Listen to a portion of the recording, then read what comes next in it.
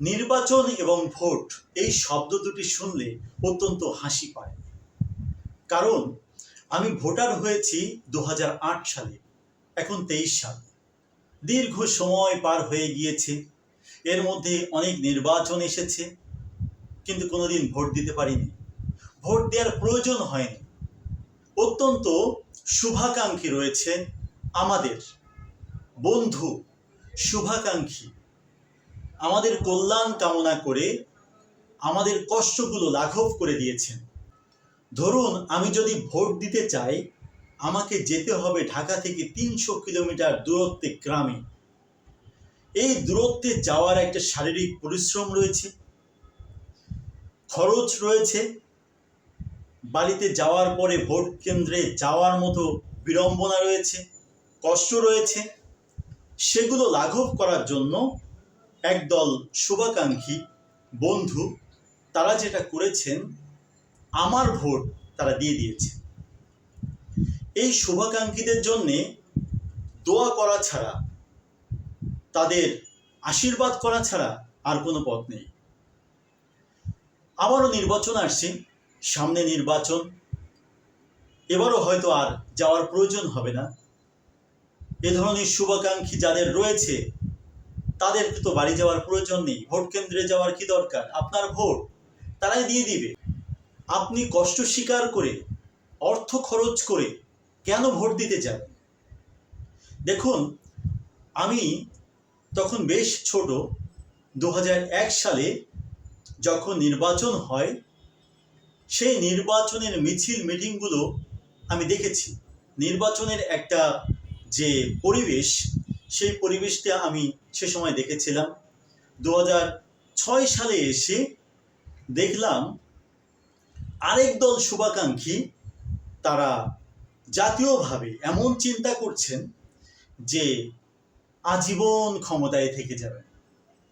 এই আজীবন ক্ষমতায় থাকার জন্যে তারা নানা রকমের কলা কৌশল তৈরি করলেন।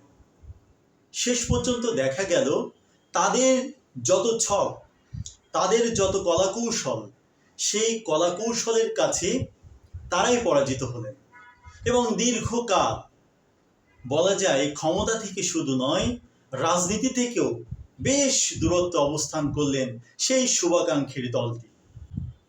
আবার দেখতে পাচ্ছে আরেক দল শুভাকাঙ্ক্ষী দীর্ঘদিন ধরে আমার ভোট, আপনার ভোট তারা দিয়ে দিচ্ছেন, আমাদের উপকার করছেন, সমাজের এবং রাষ্ট্রের উপকার করছেন, রাষ্ট্রের অর্থ ব্যয় রোধ হচ্ছে। তারাও সেই আগের শুভাকাঙ্ক্ষী দলের মতো মনে হচ্ছে আজীবন ক্ষমতায় থেকে যাবেন, সেজন্য নানা কলা কৌশল তারা তৈরি করছে। এমতো অবস্থায় আমি একটা সিদ্ধান্ত নিয়েছি, আমি অর্থনৈতিকভাবে বেশ কষ্টের মধ্যে রয়েছি, তাই আমার ভোট, আমার পরিবারের ভোটগুলো বিক্রি করতে চাই। সামনে জাতীয় সংসদ নির্বাচন, আপনারা জানেন, আপনারা নিজেরাও বলেন, আমরাও বলি, সবাই বলে ভোট অত্যন্ত মূল্যবান। এই মূল্যবান ভোটটির মূল্য এবার আমি পেতে চাই। এবার শুভাকাঙ্ক্ষীদের কাছে অনুরোধ করব, দয়া করে আর কষ্ট করে আমার জন্যে ভোট কেন্দ্রে গিয়ে আমার ভোট দিয়ে দিতে হবে না। আপনারা আমার ভোটটি রেখে দেন। আমার এই মূল্যবান ভোটটি আমি বহুমূল্যে বিক্রি করে দেব। তাতে করে আর্থিকভাবে আমি একটু স্বাবলম্বী হতে পারি কিনা এটা চেষ্টা করছি। আমার ভোট কত টাকায় বিক্রি করব তা নিয়ে আমার মধ্যেও সংশয় রয়েছে। কারণ আমার ভোট অত্যন্ত মূল্যবান, কিন্তু সেই অত্যন্ত মূল্য কত সেটা সম্পর্কে আমার জানাশোনা নেই। তাই চিন্তা করেছি, আপনারা যারা আমার আসনে নির্বাচন করবেন বলে চিন্তা করেছেন বা নির্বাচন করছেন, তারা আমার ভোটটি নিজেরা দর কষাকষির মাধ্যমে মূল্যটা বাড়িয়ে দিন, সহযোগিতা করুন।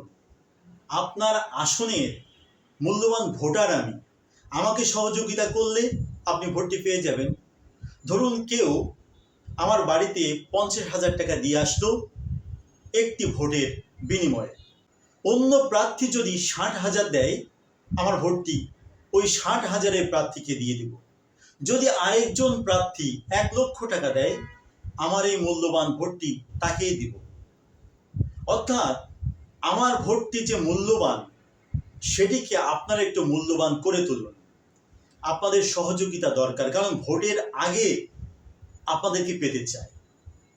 বিশ্বাস করুন, ভোটের পরে আপনাদের পাবো তার কোনো সম্ভাবনা নেই। তাই যা দর কষাকষি, টাকা লেনদেন সব কিছু হবে ভোটের আগে। ভোটের পরে আপনাকেও আমি পাবো না, আমাকেও আপনি পাবেন না।